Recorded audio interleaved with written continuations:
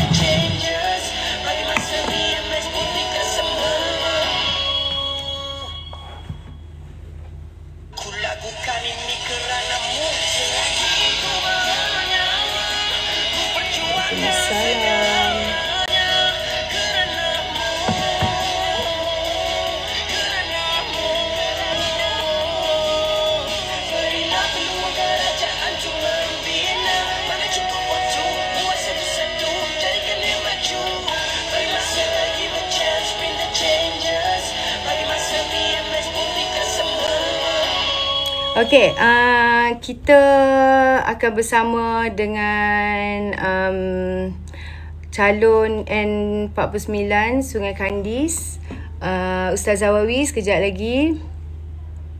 Pakai baju BN tak? Tak, saya pakai baju kurung. Saya pakai baju kurung lah you all. Baju kurung. Mana pula pakai baju BN pula. Korang ni macam-macam lah. Okey, tap skrin lagi dan share-share dulu. Tak 10k lagi kita menunggu. Nak beg kuning juga. Aduh, baju tak jual lah korang. Apa lagu baru? Semalam saya dengar You... Sekejap. Yuleta. Dia ada 3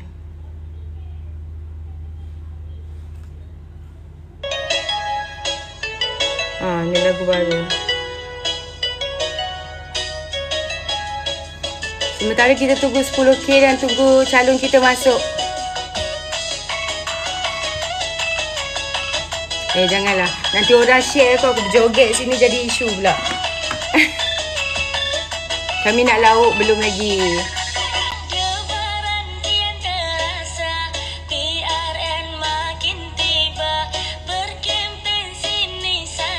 Baru balik.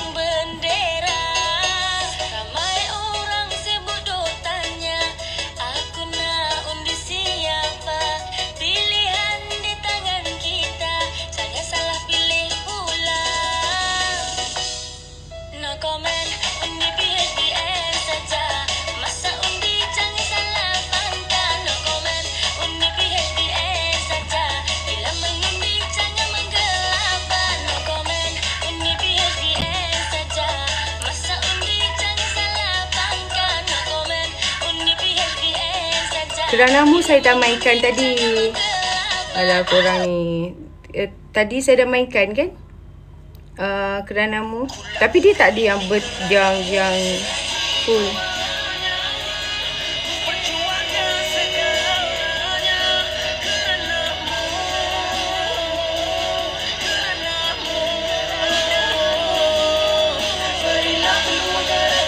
Ada yang full. Okey, sedih lagi tu kan.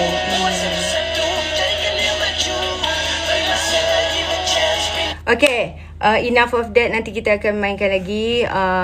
Selamat petang. Assalamualaikum warahmatullahi wabarakatuh. Apa khabar petang ini?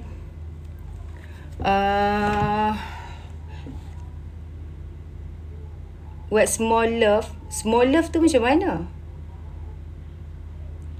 Live petang ni sampai pukul apa? Pukul 5. 5:30 macam tu lah.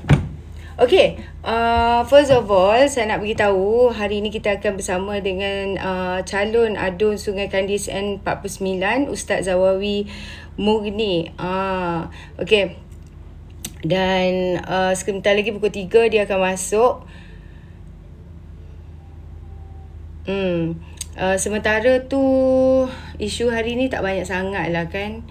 Cuma adalah beberapa lagi statement daripada si Nusi tu timbul saya nampak. Dan tak menarik pun lah sebenarnya. Dia kata aku tak tahu dia punya bila punya ceramah, tapi dia ada buat kenyataan. Dia kata sokongan rakyat terhadap gabungan PH dan BN ini lebih baik ketika ini adalah tak ada asas. Kenapa dia cakap tak ada asas? Dia kata sekarang ni sebab sekarang ni banyak, kita boleh katakan yang kajian yang dibuat melalui poll lah kot, yang dibuat oleh kajian lah senang, kajian populariti terhadap kerajaan tu sendiri, bagaimana kepuasan rakyat tentang pemerintahan Datuk Seri Anwar Ibrahim dan sebagainya. Dan si Sanusi ni boleh kata sokongan rakyat terhadap kerajaan perpaduan sekarang ni tak ada asas, macam seolah-olah syok sendirilah. Dan ruang komen banyak emoji gelak saja. Dia aku rasa dia refer dekat Facebook kot. Jadi kalau dia refer dekat Facebook, macam tu aja dia punya cak ayam. Korang bayangkan, dia buat survey ikut jumlah reaction sahaja. Pelik tak pelik, dia ni hanya buat survey melalui jumlah reaction saja. Dan dia tengok emoji. Maknanya emoji dekat posting tu banyak gelak ke, banyak sokong ke, banyak like ke, banyak ketawa ke. Dia kata banyak ketawa. Okey, jadi rendah sangat level Sanusi ni. Orang buat kajian terperinci, tanya bersemuka ataupun panggilan telefon ataupun melalui undian di portal-portal kan. Ada komposisi tertentu lah. Dan kalau walaupun cakap macam tu, aku tak heran sangat tau. Tapi ini seorang bekas menteri besar yang cakap macam tu, seorang ahli politik, patutlah taraf walaupun pun lebih kurang dengan pemimpin dia. Dah lah yang bagi reaction tu semuanya Saitro dia. Adakah dia nak mengatakan Saitro dia yang klik emoji ketawa itu melambangkan sokongan atau tidak kepada kerajaan perpaduan sekarang? Jadi itulah aku kata, sekarang ni dia ni, pada aku Sanusi ni tak pernah tak kelakar lah. Macam mana lah kan MB yang berfikiran taraf kampung ini dianggap hebat oleh penyokong dia dan diangkat oleh pimpinan dia. Jadi tak heranlah mereka ni sanggup calonkan orang yang sakau satu keluarga untuk jadi Perdana Menteri. Jadi sangat memalukan lah sebenarnya bila korang keluarkan kenyataan sesuatu yang berdasarkan hanya sekali pandang saja. Mentang-mentanglah kita question you punya view dekat TikTok yang berpuluh ribu tu, tiba-tiba kau nak question kita punya sokongan melalui emoji. Adakah patut? Jadi Sanusi ni dia berulang kali mengatakan PHBN boleh ditumbangkan seawal bulan bulan Ogos. Okey, jadi semalam Perdana Menteri kata nak ubah kerajaan kena keputusan ahli parlimen, bukan keputusan PRN. Betul. Dan kalau 6 negeri ni hang kalah, ahli-ahli parlimen pun tak selesa nak duduk dengan hang. Kalau 6 negeri ni milik PHBN, korang rasa ahli parlimen dan PAS tak nak masuk dalam kerajaan perpaduan ke lepas tu? Apa lagi survivor politik yang diorang ada? Takut macam tu je. Duk ratib nanti dia dapat 6-0, lala dia yang kosong, kita yang 6. Takut macam tu je. Jadi sebab saya rasa dia ni, Sanusi ni dah hilang sokongan daripada segi moral, dan rakyat dah bagi referendum petunjuk dan isyarat untuk dia ni sebenarnya tak boleh lagi jadi tak boleh lagi jadi menteri besar. Dan ahli-ahli parlimen sekarang ni rasanya mereka pun kena buat sesuatu untuk survival politik mereka lah, kan. Jadi bukan lagi seorang-seorang tau. Dia akan, kalau dia nak berikan sokongan, dia kena segerombolan, bukannya one by one. So jika keseluruhan parti keluar daripada bekerjasama dengan PH, maka mereka tak hilang kelayakan sebagai ahli parlimen. Tapi kalau BN keluar, Sabah Sarawak pun keluar, hang nak tinggal berapa orang? Ini Sanusi katalah. Jadi dia kata bye-bye, Ogos ni bye-bye. Apa yang bye-bye ni Sanusi? Aku takut kau yang bye-bye nanti. Sebab sekarang ni Sanusi dah siap buat solidariti untuk pertahankan Sanusi sampai terdesak macam tu sekali lah kan. Okey, kalau Ustaz Zawi dah masuk belum pukul 3. Okey, jadi itulah saya rasa calon-calon PN pun banyak yang tak muat je, sampai mereka ni tak bersedia pun sebenarnya untuk menampilkan calon-calon yang saya tak tahulah daripada segi mana diorang ni tapis ataupun dari segi kriteria apa kan. Seolah calon diorang ni macam tak muat je. Begitu juga kan dengan calon PAS Kemasik apabila terpaksa buat flash mob. Calon PAS Kemasik itu terpaksa buat flash mob untuk pertahankan kerusi Kemasik itu, kerusi PAS Kemasik ni. Sepatutnya Saiful ni membuat penjelasan tentang kes beliau lah. Sekarang ni ini dah kes jenayah dan polis, dan bila-bila masa boleh ditangkap. Dan siasat Saiful berpandukan pengakuan daripada isterinya sendiri, isteri kedua dia. Dan kenyataan terpakai sama ada masih bergelar isteri, diceraikan dan dalam edah sama ada, kita tak tahulah, itu hal peribadi dia. Dan isu jenayah, tuntutan palsu, penjana dan pekesor dengan menggunakan nama syarikat adiknya sendiri yang tidak aktif dan menipu nama-nama pekerja yang ada di dalam itu, di antaranya adalah OKU dan ibu tunggal berdasarkan akuan bersumpah oleh isteri kedua dia. Dan jenayah lain tu kita tak nak sebut lah. Dan saya rasa kalau penduduk Kemasik masih lagi nak menyokong seorang calon PAS seperti itu, saya rasa good luck lah kan. Okey, inilah bahana bila mereka ni ambil calon yang tak muat saja di dalam PN tu. Asal famous boleh je kan. So, saya harap macam Kedah lah contohnya kan. Dia ambil 2 orang pemain bola. Saya harap rakyat Kedah ni bijak dalam memilih calon yang berwibawa.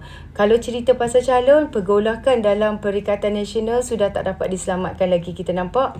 Dan sekarang ni ada pula pihak yang telah menyerang gerakan kerana tidak berpuas hati pembahagian kerusi, dan patutnya kerusi yang ditandingi oleh beberapa pemimpin PAS telah diambil oleh gerakan. Jadi kalau cerita pasal calon ini, pergolakan dalam Perikatan Nasional sudah tak dapat diselamatkan lagi. Dan tim BPAS secara rasmi dah berjanji akan langgar calon bersatu yang dilobi oleh Hamzah. Dan dikatakan Don Air Hangat, Don Kuah, Don Kota Siputih, Don Kuah Cempedak kan. Kita tunggulah bagaimana. Sekarang ni adalah pendapat daripada beberapa pihak yang katakan kalau kau ambil duit judi, benda yang tak halal ni, benda yang haram, dia akan makan diri. Wallahu alam kan. Okey, jadi dan kita nampak pula hari ni sekarang ini dia kata tak nak minta maaf. Sanusi tak nak minta maaf berkenaan dengan penuntutan maaf dan bayar ganti rugi 200 juta oleh Vincent Tan. Dan Vincent Tan ni bukan nama baru, nama yang kena petik dengan dekat pentas ceramah ni. Datuk Seri Anwar Ibrahim selalu refer Vincent Tan ni sebagai kroni atuk kan. Okey, tapi tak pernah dia saman. Maknanya Vincent Tan ni sentiasa dipetik di mana saja berkaitan dengan ahli-ahli politik. Berkaitan dengan setiap kali dulu Datuk Seri Anwar Ibrahim pun selalu kata yang Vincent Tan ni kroni atuk. Jadi sekarang ni tak pernah dia saman orang Vincent Tan ni, walaupun dia dipetik sejak bertahun dulu daripada tahun 99. Tapi bayangkan daripada 24 tahun lepas, dia ni selalu kena lambung dalam media sosial. Dia tak pernah respon. Tapi kali ni Sanusi jentik sikit terus surat lawyer untuk minta maaf dan bayar pampasan RM200 juta dan atau hadap tindakan saman. Bayangkan. Korang bayangkan. So, apa yang saya nak sampaikan di sini, good luck lah Sanusi. Kan, bila kita nampak sangat kita ni jenis keras kepala, jenis mulut tak reti nak kawal, sampai saatnya orang yang tepat dengan kau bertemu buku dan ruas, tahulah macam mana. Dia okey je. Dia nak kena saman. Dia kata okay, I will fight in court. Okay, bagus lah. Fight in court, bagus. Terbaik. Kalau beranilah, dia beranilah tukut. Dia kejap lagi takut lepas pilihan raya, menangkap minta maaf pula kan. Masa tu sorry no cure dah. Sekarang ni kod orang nak maafkan lagi. Kan kalau masuk dalam court kan lebih tercedok lagi, teruk lagi kena nanti. Okey lah.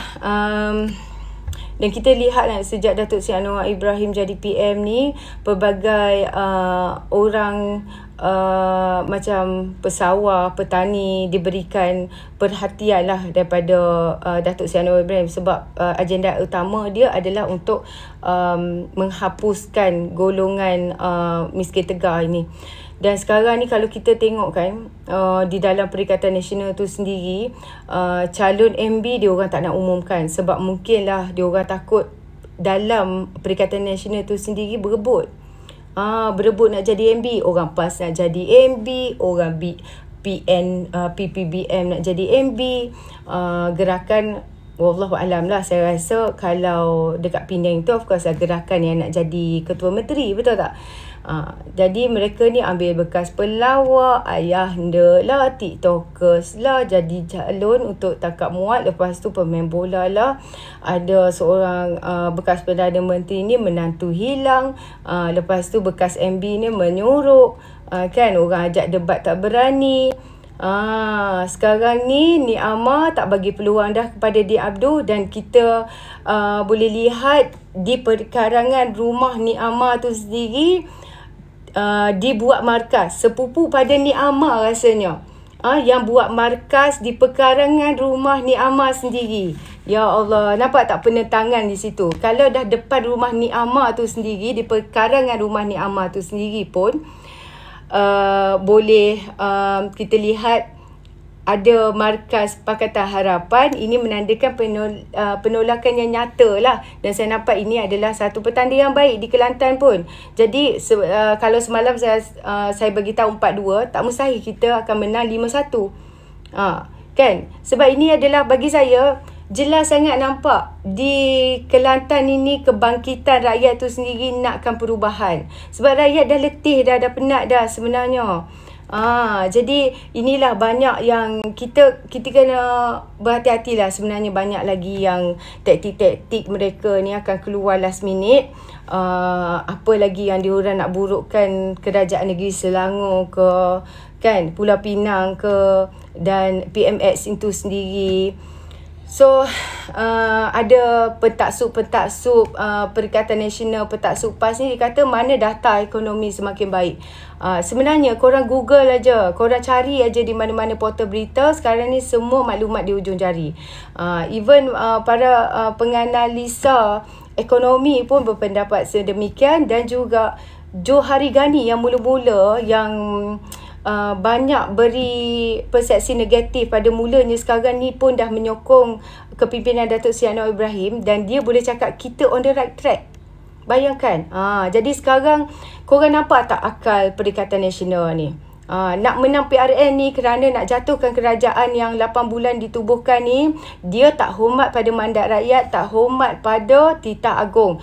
Kalau kita kata mandat rakyat, dia kata tak ada siapa yang dapat mandat rakyat, tak ada siapa yang dapat majoriti untuk mentadbir negara, untuk jadi kerajaan. Okay, fine. Tapi kalau kita compare 82 dengan 74, siapa yang lebih banyak? Adakah kau rasa kau terlebih layak sebab kau dapat 74 kerusi? Tak begitu. Sebab 82 itu lebih banyak daripada 74. Ke korang ni tak reti kira? Aku pun pelik juga. Sebab diorang buat sebegini, saya rasa pelbagai peran saraf yang telah dibuat oleh Perikatan Nasional ini, sebenarnya diorang tahu diorang nak kalah. Itu saja. Tapi diorang nak naikkan semangat penyokong-penyokong mereka ini. Tapi saya rasa mereka lupalah sebenarnya ahli politik, ahli parti politik di Malaysia ni tak sampai pun 5 juta. Tapi majoriti pengundi senyap adalah, ataupun silent majority adalah kelompok yang paling ramai keluar mengundi. Jadi sekarang ini saya harap pengundi atas pagar benamkan Perikatan Nasional ni. Mereka tak fikirkan negara, mereka hanya tamakkan kuasa. Oh, Ustaz dah ada.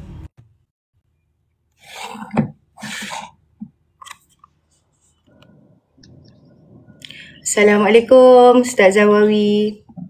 Waalaikumsalam warahmatullah. Ini Ya, macam mana Ustaz. nak keluarkan muka saya ni? Uh, saya tak biasa jadi guest orang, saya biasa jadi host je macam mana. Saya rasa Ustaz dekat nama Ustaz tu, lepas tu dia lambang macam kamera tu.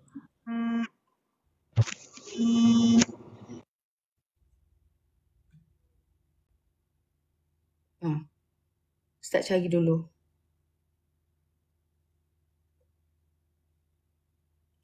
Boleh tak?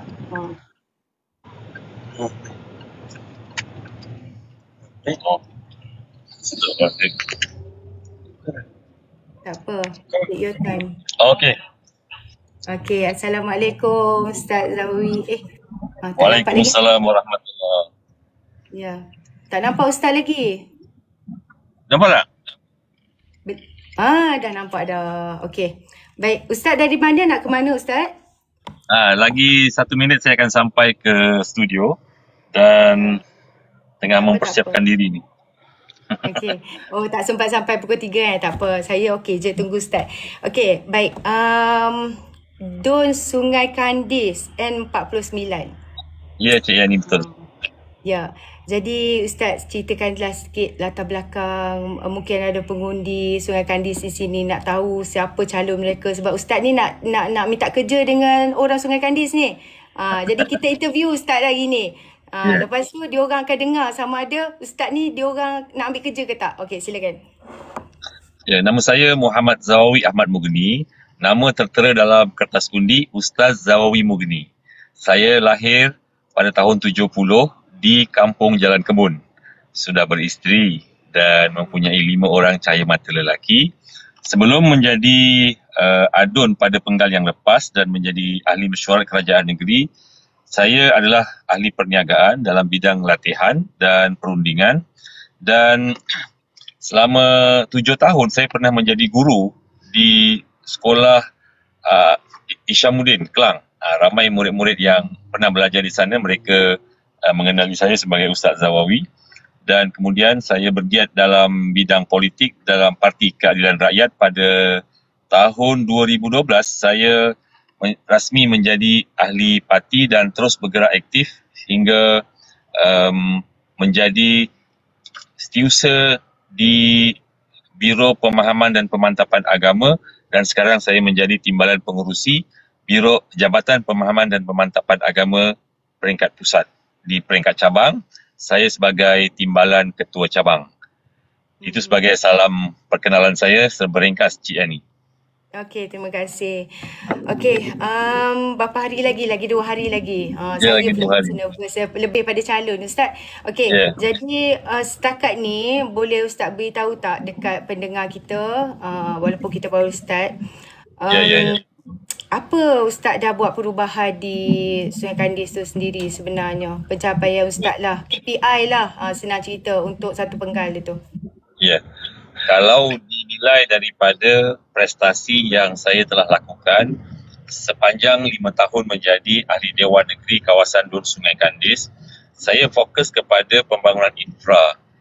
Setahun selepas saya dilantik, saya telah mengusahakan beberapa projek besar, terutamanya baik pulih jalan daripada Batu Lima hingga laluan Sutur Keluar ke Lebuh Raya Kestas bernilai 1.2 juta. Alhamdulillah telah selesai. Dan keduanya ialah projek baik pulih di Sekolah Bukit Naga untuk baik pulih Padang, baik pulih Dewan Terbuka dan juga Padang bernilai 500,000, dan juga baik pulih surau yang retak bernilai 300,000 di Taman Seri Andalas.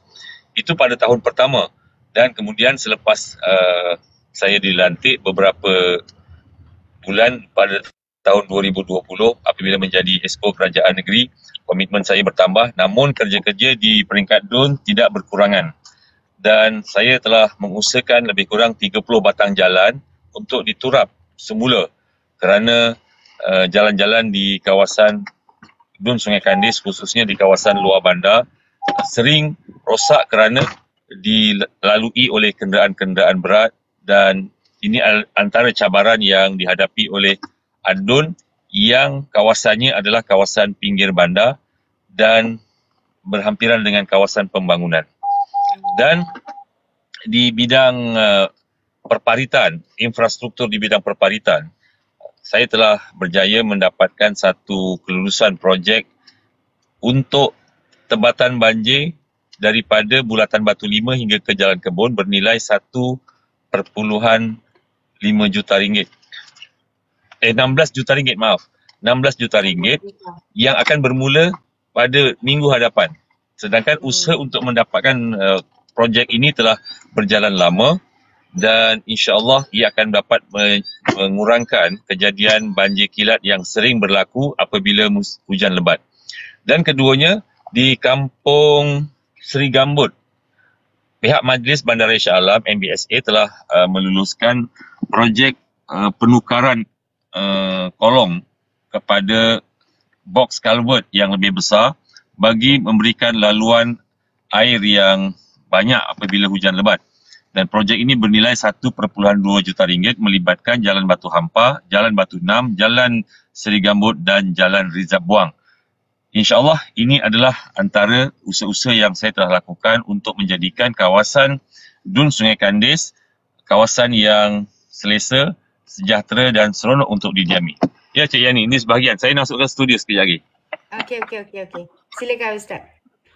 Sementara Ustaz duduk dan settle tu, kita nak beritahu pada pendengar siapa-siapa yang daripada Shah Alam, khususnya Dun Sungai Kandis, boleh request, saya akan naikkan. Korang boleh tanya soalan ataupun apa permasalahan di tempat korang tu, boleh naik tanya soalan pada Ustaz lah. Okey. Jadi silakan orang yang kat bawah nak naik bertanya soalan kepada Ustaz, apa-apa kemuskilan, nak mengadu ke apa ke, masa inilah. Nanti kita tuntut dengan Ustaz. Boleh. Boleh. Sebab setahu saya dah teliti Ustaz punya gerak kerja ni, dia sangat mesra dengan penduduk. Dia suka, dia sangat dekat dengan rakyat lah, senang cerita.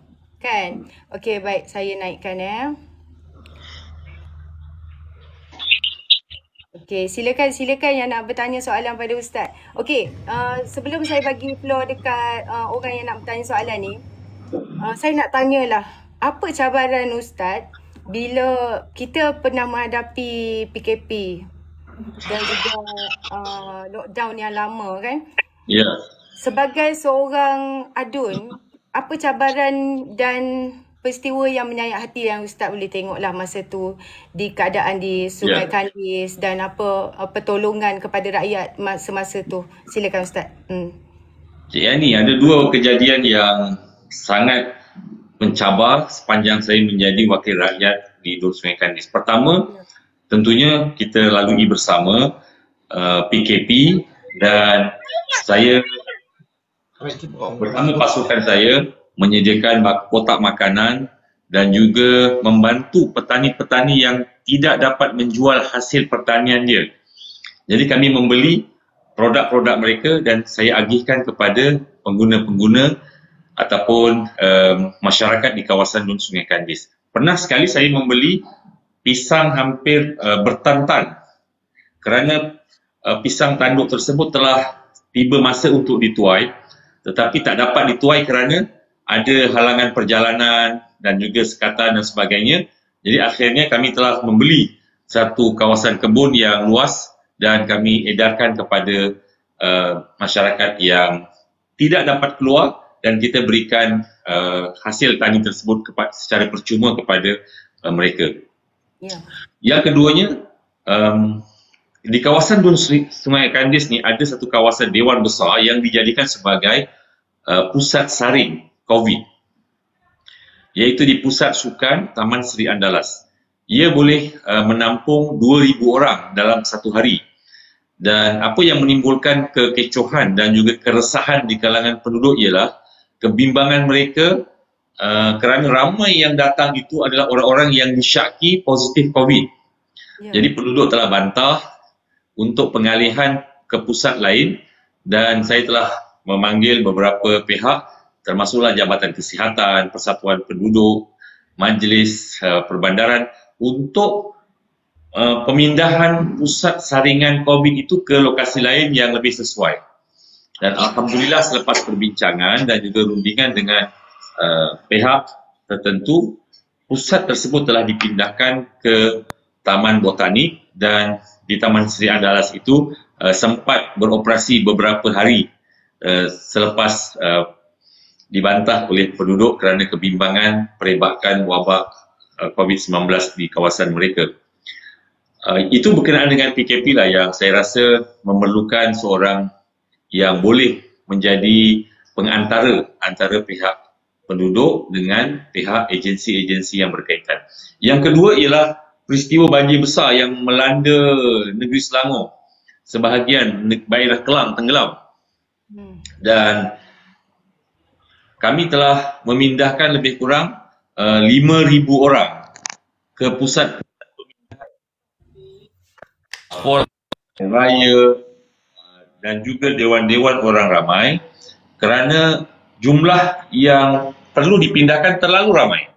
Bahkan pada hari kejadian pertama, saya telah memindahkan sekumpulan orang yang terpaksa meninggalkan rumah selai sepinggang dan saya memangku seorang bayi berusia 10 hari kerana keadaan gelap pada waktu malam dan bekalan elektrik telah diputuskan, jadi penduduk terpaksa mengharungi banjir untuk pergi ke dewan di tempat penempatan mangsa banjir.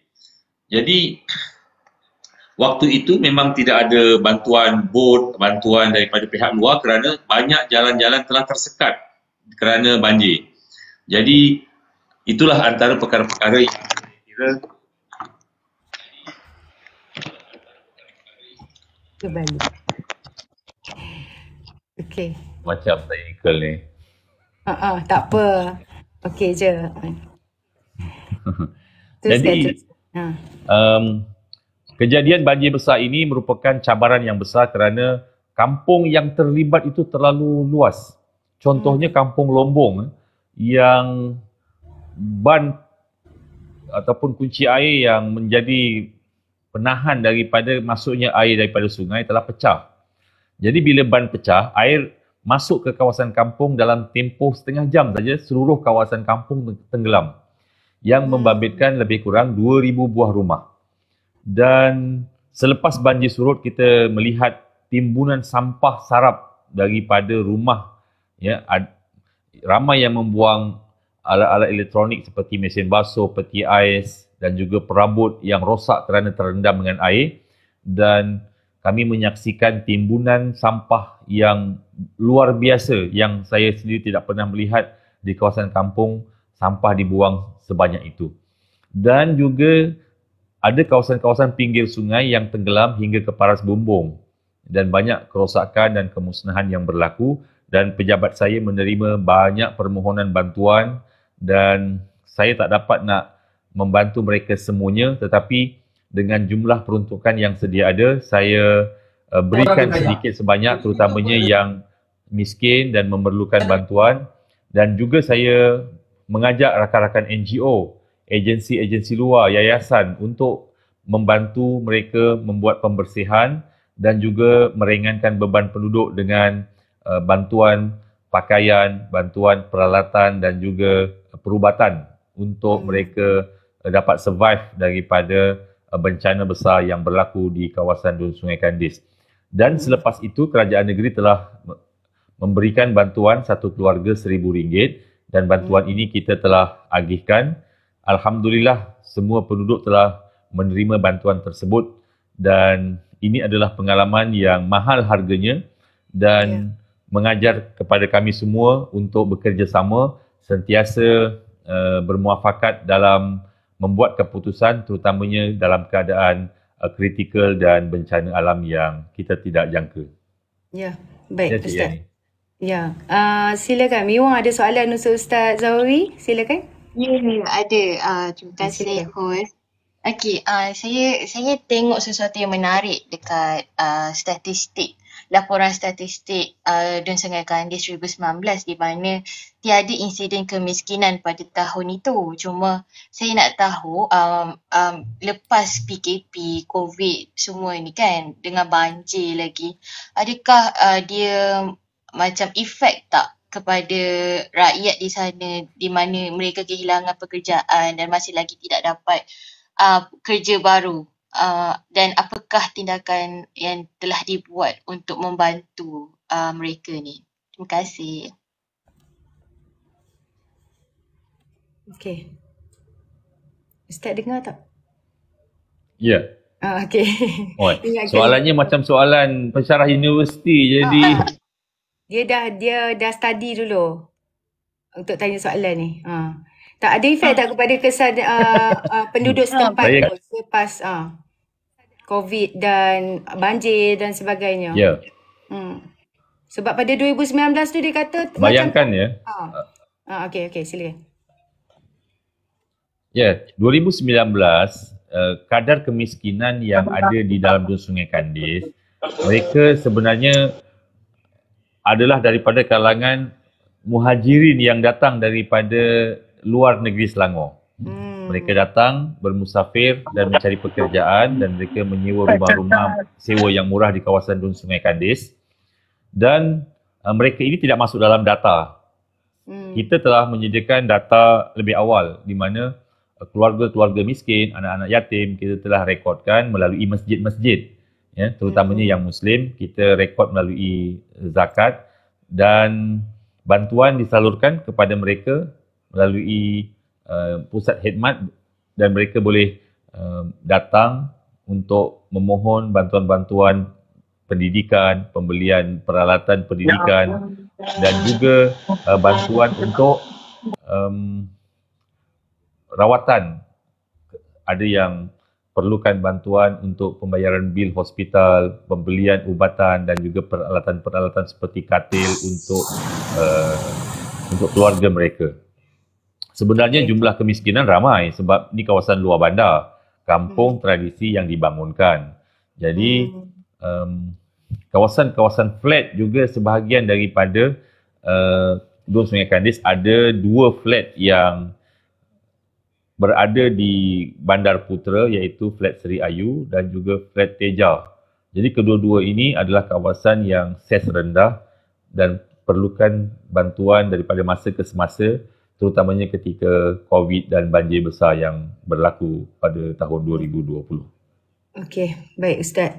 Saya nak sentuh sikit lah bab agama ni sebab sekarang ni PN ni dia guna agama Ustaz. Ya. Ustaz ni Ustaz, saya pun tanyalah. Okey, ada satu parti ni dia kata apa tahu, dia momokkan kepada penyokong dia, dia kata akhirat nanti Allah akan himpunkan kita dengan pemimpin. Siapa pemimpin yang kita undi? Siapa pemimpin yang kita, yalah Allah akan tanya kita undi siapa? Dia guna ayat itu. Jadi dia kata, maknanya di akhirat nanti Allah bangkitkan kita bersama pemimpin parti yang kita undi itu. Apa pendapat Ustaz dengan orang yang berfikiran macam ni dan memomokkan orang lain untuk menagih undi pada puak-puak ni lah? Silakan. Alhamdulillah saya diberi kesempatan untuk melanjutkan pelajaran di Universiti Al-Azhar pada tahun 1990. Sebahagian daripada rakan-rakan kami belajar di Universiti Al-Azhar dalam bidang syariah, bidang usuluddin dan bidang pengajian Islam. Saya sendiri dalam bidang pengajian bahasa Arab. Namun begitu, yang menimbulkan perbezaan antara pelajar-pelajar yang keluar daripada Universiti Al-Azhar ialah metodologi pemahaman mereka kepada buku-buku yang mereka baca. Jadi apabila mereka menggunakan fakta-fakta ataupun hujah-hujah yang mereka cuba sesuaikan dengan pemikiran politik mereka, inilah yang menimbulkan permasalahan kepada masyarakat. Kerana cara mereka berfikir itu ialah dengan mengugut atau menakut-nakutkan orang, menggunakan agama sebagai modal untuk meraih undi. Sedangkan maqasid ataupun maksud daripada hadis ataupun ayat berkenaan tentunya mereka memilih pemimpin yang baik. Pemimpin yang baik tak semestinya daripada parti PAS atau parti Perikatan. Ya. Kami di Harapan juga ramai mempunyai pemimpin-pemimpin yang bagus dan baik. Di dalam Barisan Nasional juga ada pemimpin yang baik, tanpa menafikan ada pemimpin yang tidak baik ataupun yang mungkin ada salah